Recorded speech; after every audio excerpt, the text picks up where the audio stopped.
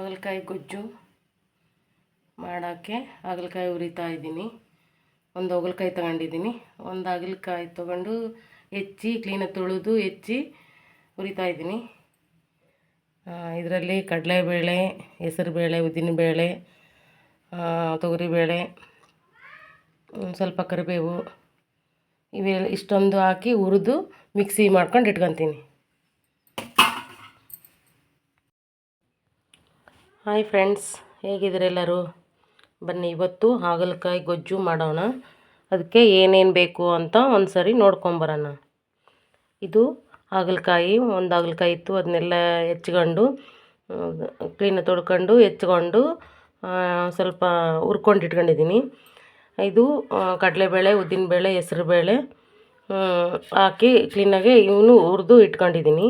ಸ್ವಲ್ಪ ಕರಿಬೇವು ಹುರಿದು ಇಟ್ಕೊಂಡಿದ್ದೀನಿ. ಒಂದು ಗಡ್ಡೆ ಬೆಳ್ಳುಳ್ಳಿ ತೊಗೊಂಡು ಸುಲಿದು ಇಟ್ಕೊಂಡಿದ್ದೀನಿ, ಸಿಪ್ಪೆ ಸುಲಿದು.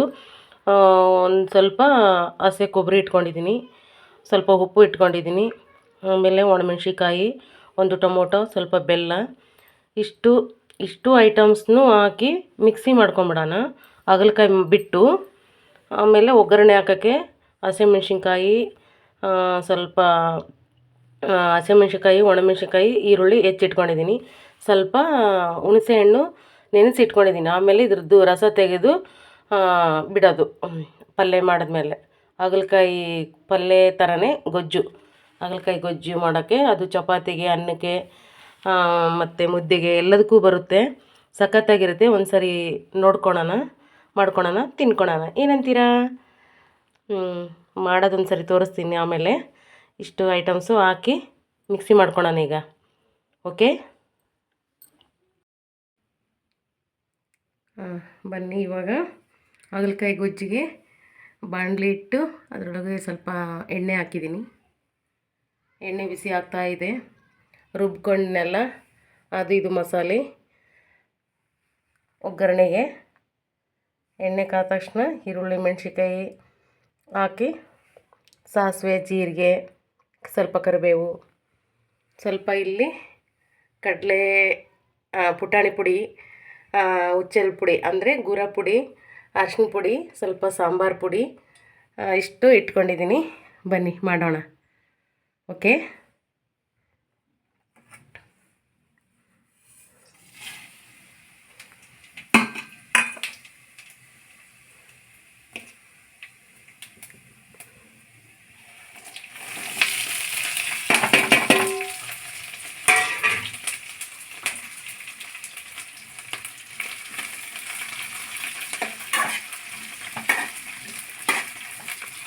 ಸ್ವಲ್ಪ ಖಾರ ಜಾಸ್ತಿ ಇರೋಕು ಫ್ರೆಂಡ್ಸ್ ಹಾಗಲಕಾಯಿ ಗೊಜ್ಜಿಗೆ. ಯಾಕಂದರೆ ಅದು ಸ್ವಲ್ಪ ಕಹಿ ಇರುತ್ತಲ್ಲ, ಅದಕ್ಕೋಸ್ಕರ ಸ್ವಲ್ಪ ಬೆಲ್ಲ, ಸ್ವಲ್ಪ ಮೆಣಸಿನ್ಕಾಯಿ ಸ್ವಲ್ಪ ಜಾಸ್ತಿನೇ ಇರಬೇಕು.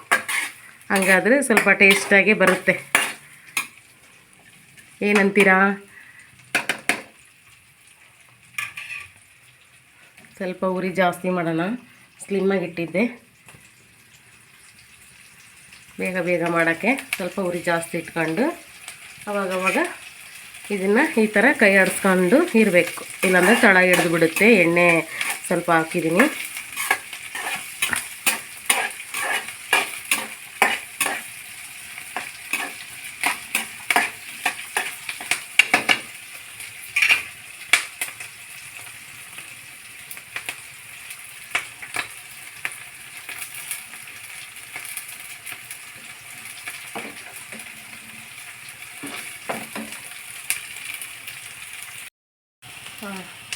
ಒಗ್ಗರಣೆ ಬೇಯ್ತಾ ಇದೆ.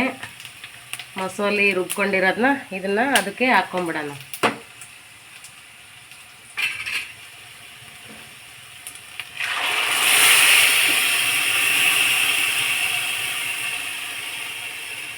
ಹಾಕ್ಕೊಂಡು ಸ್ವಲ್ಪ ನೀರು ಹಾಕಿ ಗೊಜ್ಜು ಮಾಡೋಕ್ಕೆ ಸ್ವಲ್ಪ ನೀರು ಜಾಸ್ತಿನೇ ಹಾಕೋಣ. ಆಯಿತಾ? ಇವೆಲ್ಲ ಐಟಮ್ಸ್ಗಳು ಅದಕ್ಕೆ ಹಾಕ್ಬಿಡೋಣ.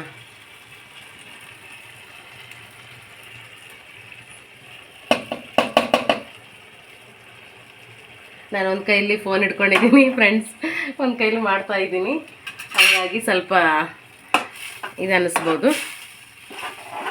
ಇದನ್ನು ಎಲ್ಲ ಐಟಮ್ಸು ಹಾಕಿದ್ದೀನಿ ಈಗ ಆಲ್ರೆಡಿ.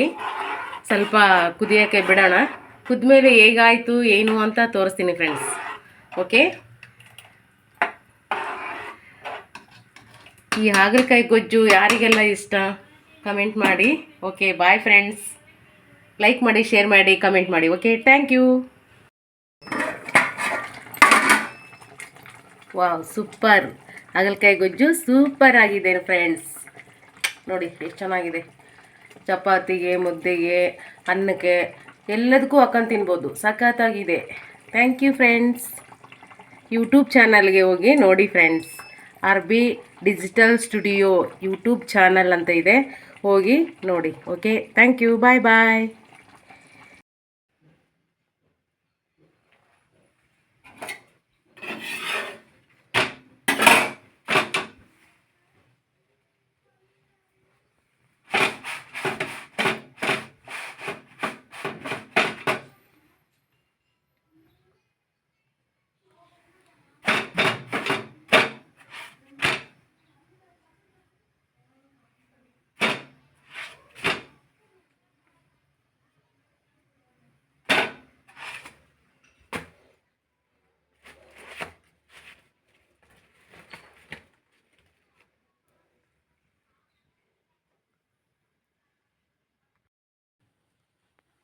ಚಪಾತಿ, ಹಾಗಲಕಾಯಿ ಗೊಜ್ಜು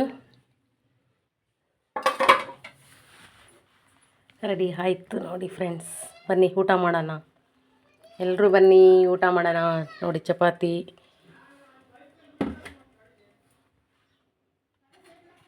ಆಮೇಲೆ ರೈಸ್ ಬಿಸಿ ಬಿಸಿ ಇದೆ.